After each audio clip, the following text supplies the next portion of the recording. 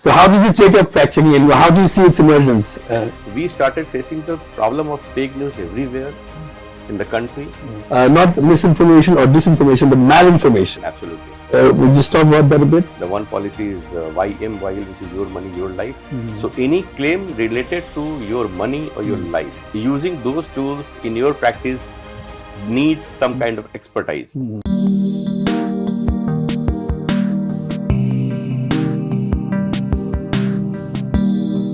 Welcome to this special interview on UNB Light and Lens. We have a guest here from India. His name is Pratyush.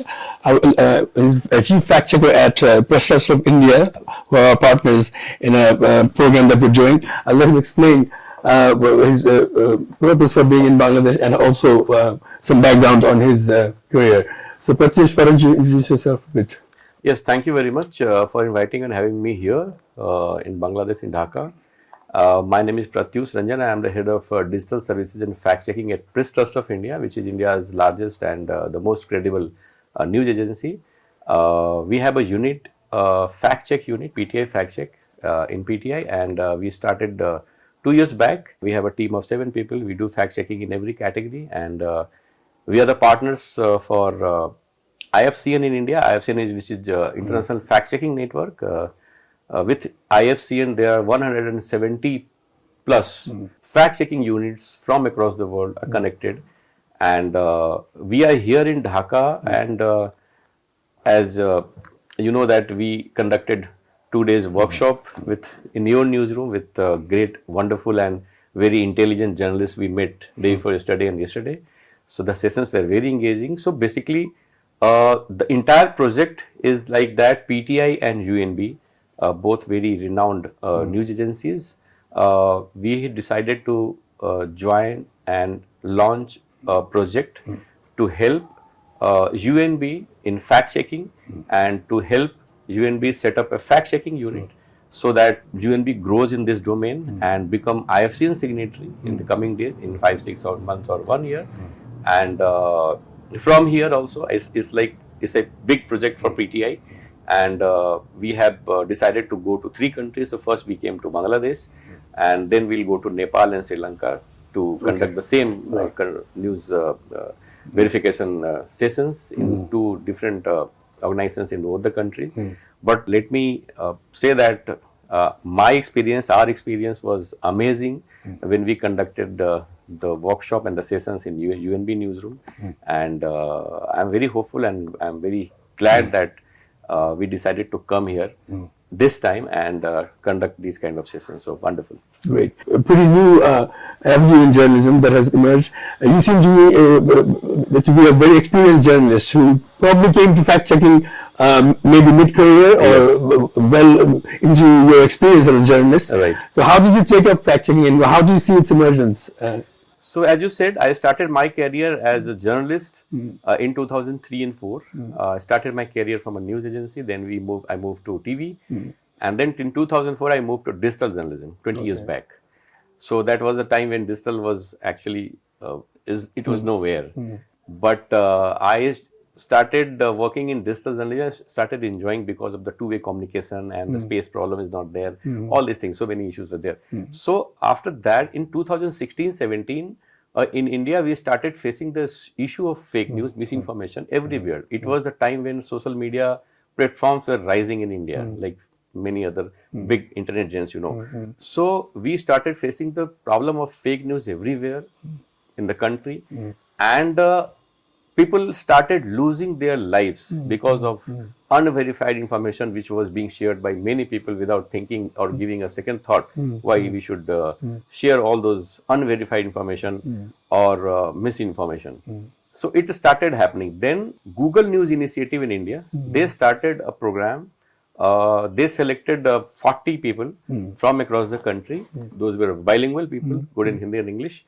And fortunately, I was selected in that.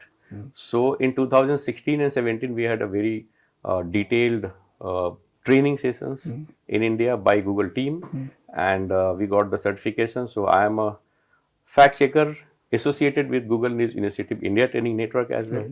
And since then, my journey as a fact checker also started. Okay. So, and since then till now, I have trained more than 10,000 people across the country in different cities and under different programs. So, being a fact checker, what I believe that it's not any rocket science. You are a journalist. You should be a fact checker by default, because fact checking is nothing but going back to the old school of journalism. Because if you are publishing anything, any story, you have to verify, you have to check everything. And the problem started because in our newsrooms, or every newsrooms in the country and across world, because of the big flow of misinformation that started happening, and the flow of information started coming to newsroom, and the flow was so big that people don't have time to verify each and everything. So that started creating problem for us. So now, because we are using social media platforms so heavily in multiple ways, we are using, many journalists have, I think, if the journalists are working in newsroom, they have more than 10 WhatsApp groups to communicate with different people across the network. So that created a problem. So the role of fact checking here is very important for everyone, because if you are using social media platforms, if you are using any digital platform, in that case you should know how to use digital platforms and how to verify digitally the information coming to you. The media literacy that you talked about. Exactly, the media literacy. So media literacy is also necessary for the people who are working in newsrooms. There is a separate kind of media literacy which is required for the people, the common people who are not connected to newsroom, but they are consuming information. So for them it's a different kind of literacy program. But for the people who are working in newsroom, they need a specialized, customized courses or online verification courses for them to understand. Because if a journalist say this is fact, that should be fact 100%. There should not be any chance of being like 99.9%. So at PTI Fact Check Unit, our team publishes a story, so we have a system of maker and checker. So the person who is writing a story, doing the investigation, writing the story, that person doesn't have the right to publish the story. Is that international best practice or PTI or something? No, it is international best practice, but PTI has adopted this practice as its core policy. Because PTI is being we just celebrated our 75 years of establishment. So we have a detailed ethics and guidelines and policy in place.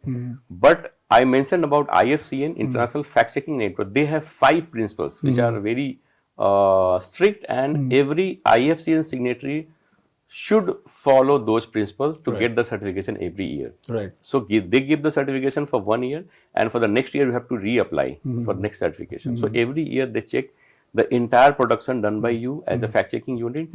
So transparency, correction policy, methodology, funding, and each and everything are very important. So if a bigger organization is launching a smaller unit of fact checking, so that bigger organization is the parent organization. So the funding and everything, that should be open in public, so that if somebody is coming and reading those stories, they should know that who is the owner of this unit, and if the parent organization is there, that should be also the funding and all of the transparency, I guess, is really a big part of fact checking, where you also have to explain your process. In fact checking story. How you have to explain like every step of the process, how you've gotten to that point. Absolutely. So it's a set practice that if we write a fact checking story, the first part is that to select the claim. So we have multiple claims every day from different social media platforms. So what happens? The team first does the editorial meeting and decides which claim is important.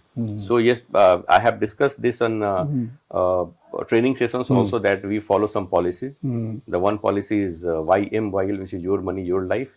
So any claim related to your money or your life, if it is hitting you somewhere in your life, in your money, in your earning, so that is important for a common person. So we generally select those kind of claims before anything. So selecting a claim is a process.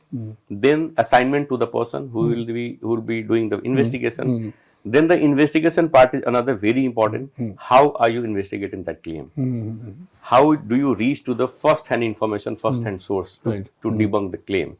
And then once you did the investigation, the conclusion part is there now. Then comes the next important part, which is writing the story. Right. So writing the story, that means you are first you have to talk about what was the claim, how viral it was, and then what was the conclusion. Then how viral that claim was and who else. I mean, it was shared by one person or it was shared by 10 people or 100 people.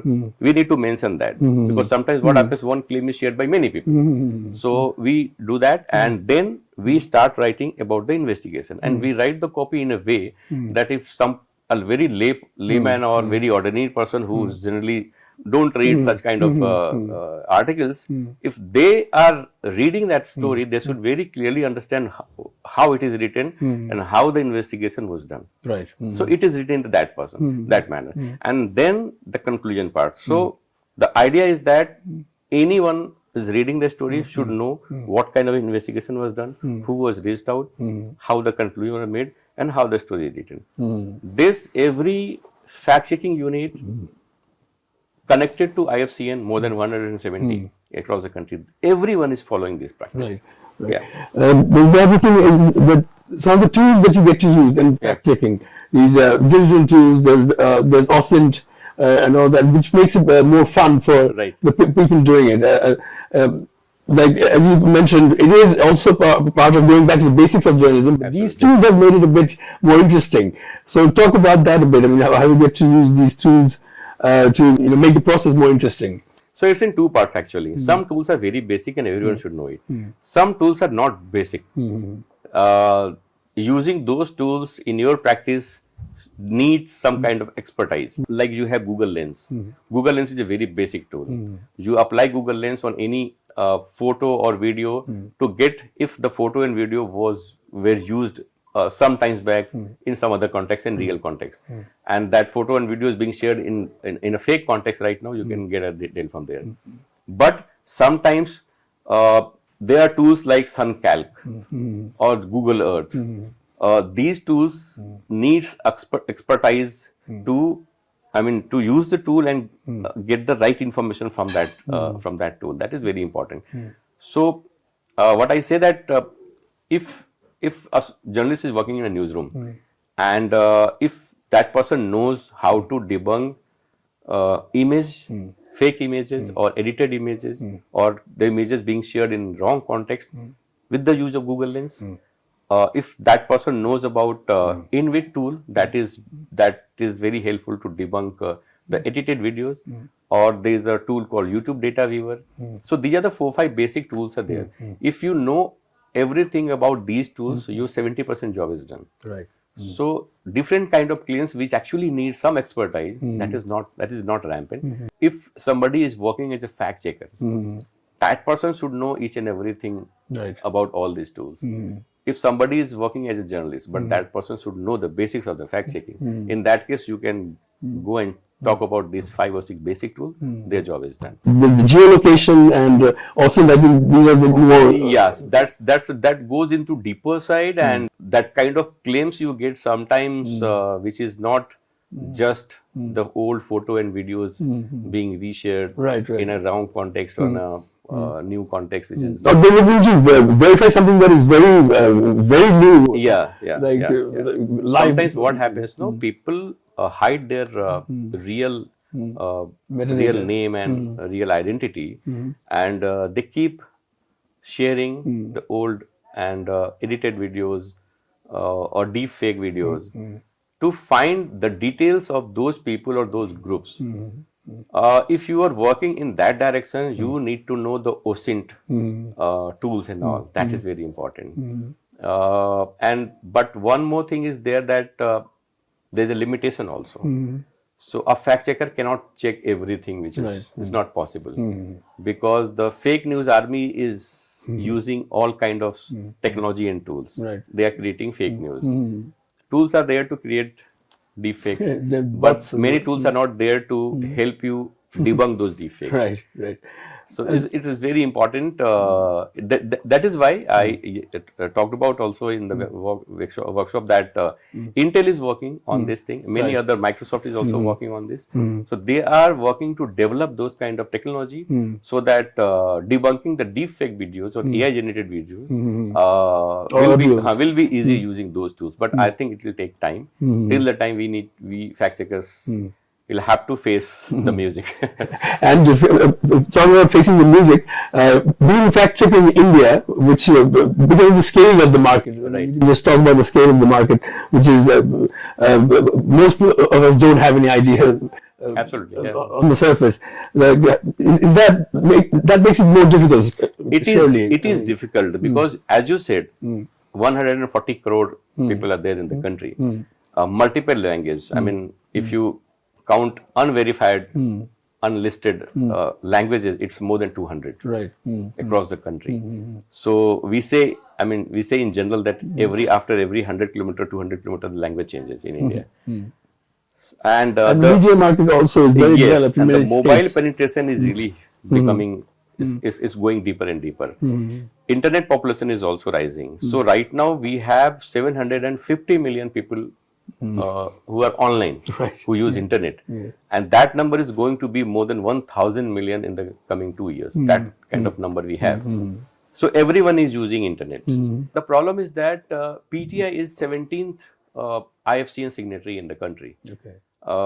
So 17 organizations are there in the country which are doing fact checking work. Right. But the problem is that maximum fact checking units are working either in English or Hindi. Okay. Some people are there, some units are there, they are working in different regional languages. But the problem is that it's a huge country, huge population, and so many people are using internet and social media platforms. Suppose one unit is producing 2 stories or 4 stories or 5 stories in a day. Suppose 10 stories in a day.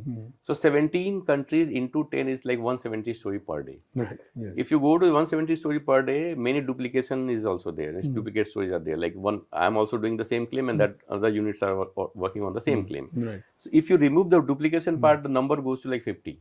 I'm just giving a general number, 50. So publishing 50 stories, fact check stories on 50 claims is not going to solve the problem at all. It's not going to solve the It's problem. not even going to solve the problem. So the solution to this problem is what we believed in India and what government of India also believes, that media literacy is very important. So many media organizations started media literacy program. We also started our media literacy program within our newsroom, which was the Project Factory, and many others started going to the tier 1, tier 2, tier 3 cities, conducting customized training programs for women, for children, for senior citizens, for youth. They are conducting many programs. So many media organizations, so many fact checking units are already working on it. But it still is just on the first step.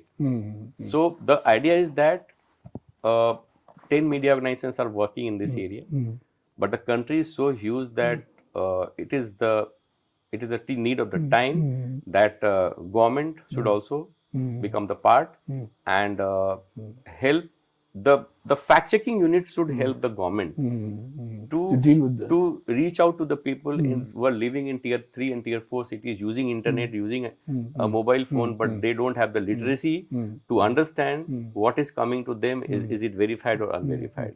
I remember when the thing started, I mean, it would only be media news items, or if somebody famous, like some president, like Trump. Yeah. Trump was the original fact check person, probably, with the Washington Post Pinocchios and everything. Election, yeah. Yes. So it would be usually news items in verified or established media, or if some famous person has said it, that you would verify it or fact check it. But now we've gotten into the social media claims, and that has made it that has made the problem escalate a lot more, right? So in a country like India, Bangladesh, and other countries in our region, we should understand that we have to make people understand what they are consuming. If I have a mobile phone, I have a device, and if something is coming to me on WhatsApp and any social media platform, that is not news, that is information. So there is a difference between news and information. News is being generated by the newsrooms, by the journalists, in a set manner, following a process, Right. and that goes to a TV, that goes to a print, that goes to a magazine. That is news. And people are believing whatever's coming to them is a news. So that is not the news. So we have to make people understand. So I have given multiple times, in multiple occasions, in multiple workshops, I have given the suggestion that we need to start talking about the problem, the misinformation problem, and how to deal with this right from the class 5th or 6th or 7th, when people start, or kids start using mobile phone. When the kids start using mobile phone, at the same time they should know that what is the pros and cons of the mobile phone, what is the pros and cons of the information they are receiving from mobile phone. So if you don't go there at that part, you start your journey or your fight, your literacy program at that level, it is not going to help you anyway. You should go there. If you are serious enough, you should touch there that part, and then that will help you. Otherwise, publishing 60, 70 stories in a day, that will not help in a country like India and Bangladesh. That's for sure. Use a new term in the training yesterday, or day before yesterday, which was not misinformation or disinformation, but malinformation. Absolutely. Would you just talk about that a bit? Malinformation, that means that somebody sitting somewhere in a room with lots of so many computers and high speed data, they are creating fake claims with an intention that fake claim is being created or generated to hit someone very badly economically, or to disturb the social fabric of the country or the region, or to disturb the communal harmony. And they also use probably bots to... Absolutely. Yeah. They are creating, and then the bots come into the picture and they start spreading everything. And then it goes to the human, those people who are not is not aware of all these things, or they are not literate in the main AI literate or digital literacy, that is not there. So they start sharing physically as well. Human sharing is starts from there. Claim is like to hit someone economically or physically or disturb the communal harmony. That causes the malinformation, and that is very, very dangerous. So as I discussed yesterday, that misinformation is like some people sharing in claims in a funny manner. That is not disturbing anyone. That's the fun. But then the misinformation part comes, where people are sharing it to disturb anything or disturb someone. But that intention is not so big and so bad. When the intention becomes so bad, then the real term is misinformation, and that is very, very dangerous part. So we have seen multiple examples. Whenever cross-border events happen, or cross-border situation happen, like Russia-Ukraine happen, Israel-Palestine happen, so many other places are also there. Whenever these things start happening, so related claims start coming from both the sides. Right. And this side they said that this is being by that person, or this side said that this is being by that person. So it happens every time. Whenever there is a war zone, whenever there is a disturbing area, it starts happening. Not just war zone, disturbing area. If some country faced earthquake like Turkey faced 2 years, 3 years back, we debunked I think 40 to 50 claims related to earthquake. Okay. And old photos, old videos, fake claims why this earthquake happened. All these things started happening. So you face all kind of issues during the disturbing time when people are really suffering a lot because of so many issues. At the same time, fake news army starts doing their job to disturb the thing further. So that happens, yeah. Cross border between India and Bangladesh, and you've been fact checking. You see that number that it was like one every day at least? Yes. I mean, we started receiving that kind of claims from social media, where old photos from other region, other countries, or old videos from other region, other countries are being shared with the claim that is happening in India, that is happening in Bangladesh, but both the claims were wrong. So we started working on those stories, because as a newsroom agency, as a fact-checking unit, you have to work that. You have to work on that. So yes, I said that it was almost one claim like every day we used to get, but these numbers have gone down now. Okay. But that was a time when we actually did it. So many story we shared in our discussion as well. So many stories we debunked with the old claims and unrelated things. Right. There's no photo has no connection to what happened in Bangladesh or what is happening in India. There's no connection, but still it is being shared and people sharing it, thinking, believing that's true. That's the sad part. So now that, I think you're in a very good position to answer this because you've got experience and running this huge operation in India, basically. Do you think there should be some sort of international standards for like what is like how much do you have to verify, or when is a fact or not, or less than a fact? For example, what I'm getting at is that we've seen like papers like Washington Post, they do like, they give Pinocchios, like 1, 2, 3, 4 Pinocchios in terms of how much they can verify that information. Then there's when they were following Trump, they came up with 30,000 lies, which seemed to me like even something that he's being sarcastic about, they're taking as a lie. Right. So, but we probably wouldn't do that. I mean, do you think there should be some sort of standardization at international level? Absolutely, it is the need of the time. As I said, that there should be a standard. Some policy, some parameters should be there at that level. But you know what? Having the two kind of regulations happen. One the government does, and one the self-regulation kind of thing. So self-regulation is important for everyone. When I say everyone, it is required from the newsrooms as well. And then if you go to this part, you believe that the problem of the biasness is more important and bigger than the problem of fake news. When I am a journalist or I have to write something and I have biasness in my mind for one person or one organization or something, there is a chance, there is a high chance that people will not, even if the journalists, maybe 99% journalists are not like that, but I'm just giving a hypothetical thing, that this becomes a problem when somebody is writing a story, that person is hiding something and showing something else. Right. That because of bias problem. But this problem is bigger than the problem of fake news. So what I believe that if a journalist is there working in a newsroom, he's reporting on something, he's writing some story, the verification part comes later.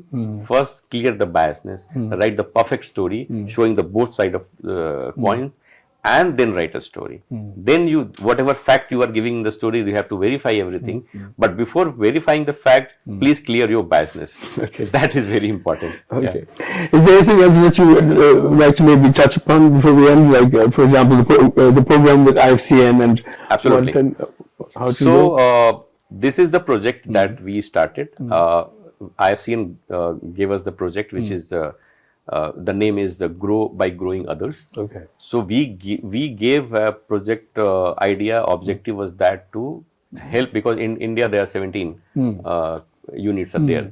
But when we talk about our like neighboring countries like Bangladesh, Sri Lanka, Nepal, Bhutan, and other countries, these fact checking units like it's not there. It's 1 or 2 numbers are there everywhere. Okay. So when the news information flows from one side to another side, one country to another country, that cannot be stopped by a boundary. The news follows. You cannot stop the air, you cannot stop the news. So that happens. So our idea is to help and support the bigger newsroom, the bigger media houses in those countries to set up the fact checking unit and start working with that pace. So that like if I need some quote or some information from Bangladesh on this topic, I'll directly call you and your fact checking unit will start doing the investigation, and both of us will work on the story and both of us will publish those story in our organization. So you are also big here, PTI is also big there. So when we publish something, that goes like to every newsroom almost. Right. So that will help to reach out to the people with the correct information. So this was the project. So we decided to come to Bangladesh first, and thanks to your Mr. Khan, the EIC, we were really glad to receive his details from the organization and newsroom. So we spent 2 days here. It's a wonderful session, and I must say that your journalists who attended the workshop, the sessions, they were really, really great, talented people, skillful people, and I suggest that you please set up a fact-checking unit. Start with 1 or 2 people, then you can grow and start publishing those stories so that the collaboration has some impact in the coming days. And similarly, we'll go to Nepal and Sri Lanka, and once the workshops are done in every country, then we'll connect everyone in one group. Okay, great. So one newsroom from Sri Lanka, one from Bangladesh, one for India, one from Kathmandu. They will come together in one group, and we'll all work together to debunk anything, any claim which is related to all 4 countries. Right. That's the objective. So I'm just hopeful that it is going to have a bigger impact. And IFCN would love to read our report when it is done. Okay, great. Thank you, Pratyush. Thank you. Thanks, sir. And we'll just wrap up there. And he was talking about Inayatullah Khan, our editor-in-chief, in the last answer. We'll end on that note.